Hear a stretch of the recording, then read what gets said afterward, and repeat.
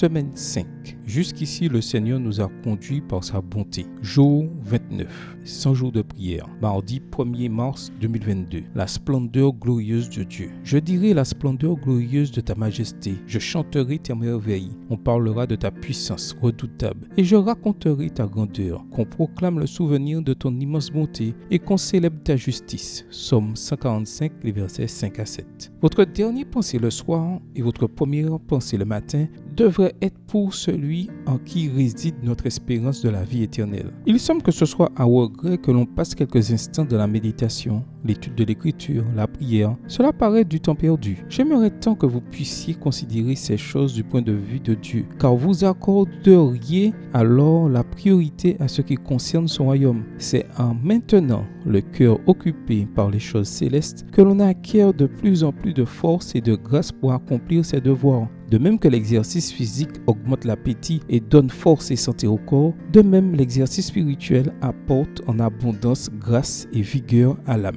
Les affections doivent être centrées sur Dieu, contempler sa grandeur, sa miséricorde et ses perfections. Laissez sa bonté, son amour et la perfection de son caractère captiver votre cœur. Conversez sur ses charmes divins et sur les demeures célestes qu'il prépare pour les fidèles. Celui dont la conversation est au ciel est le chrétien le plus profitable à tous ceux qui l'entourent. Ces paroles sont utiles et rafraîchissantes. Elles ont un pouvoir transformateur sur ceux qui les entendent. Question venant du fond du cœur. Méditez-vous et centrez-vous vos pensées matin, midi et soir et nuit sur Dieu. Contemplez-vous sa bonté, sa grandeur, sa miséricorde et son amour. Laissez-vous la perfection du caractère de Dieu captiver votre cœur. Que vos conversations soient célestes et profitables à tous ceux que vous côtoyez. Prions. Prions pour que vous puissiez méditer chaque jour sur la splendeur glorieuse des merveilles de Dieu et pour que nous parlions toujours de son œuvre extraordinaire et de sa grandeur. Prions pour les membres de l'Église vivant aux îles Caïmans. Prions pour qu'il y ait une croissance de l'Église, un engagement accru envers Dieu et le service, ainsi que la ponctualité et la régularité dans la fréquentation de l'Église. Prions pour les colporteurs évangélistes, les prédicateurs, les enseignants, les ouvriers bibliques et les autres personnes qui ne sont peut-être pas en mesure d'exercer le même ministère en face à face qu'auparavant. Prions pour la sagesse divine et des idées de nouvelles façons d'exercer le ministère. Prions pour la sagesse, la patience et la grâce nécessaires pour faire face aux multiples changements qui interviennent dans la vie quotidienne afin que les gens puissent faire face aux événements et, au-delà, être des témoins fidèles de la toute-puissance de Dieu dans leur vie. Prions que Dieu ouvre des voies pour que les aumôniers adventistes soient à son service et que les cœurs se tournent vers Jésus sur leur lieu de travail.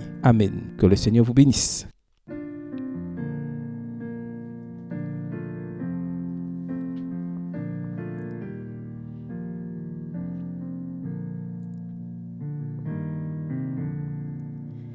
Toi la source de bénédiction, que mon cœur chante ta grâce.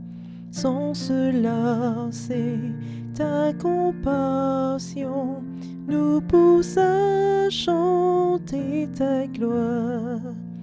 Apprends-moi à toujours t'adorer, que je célèbre ta bonté, tandis que j'attends ton retour, plein de joie, rempli d'amour.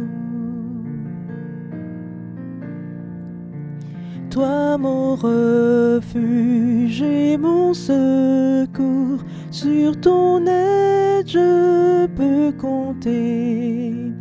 Et j'espère sans aucun détour vivre un jour l'éternité.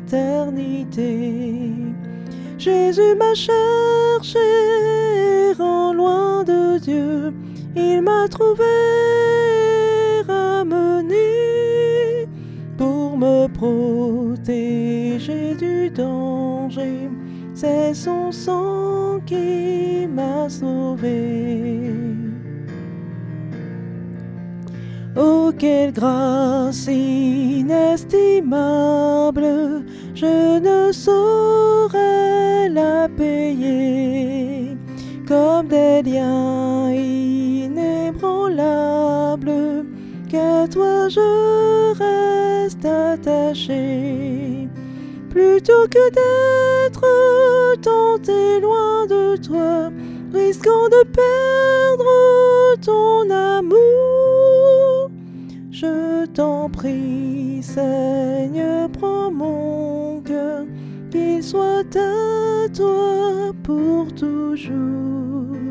Je t'en prie, Seigneur, prends mon cœur, qu'il soit à toi pour toujours.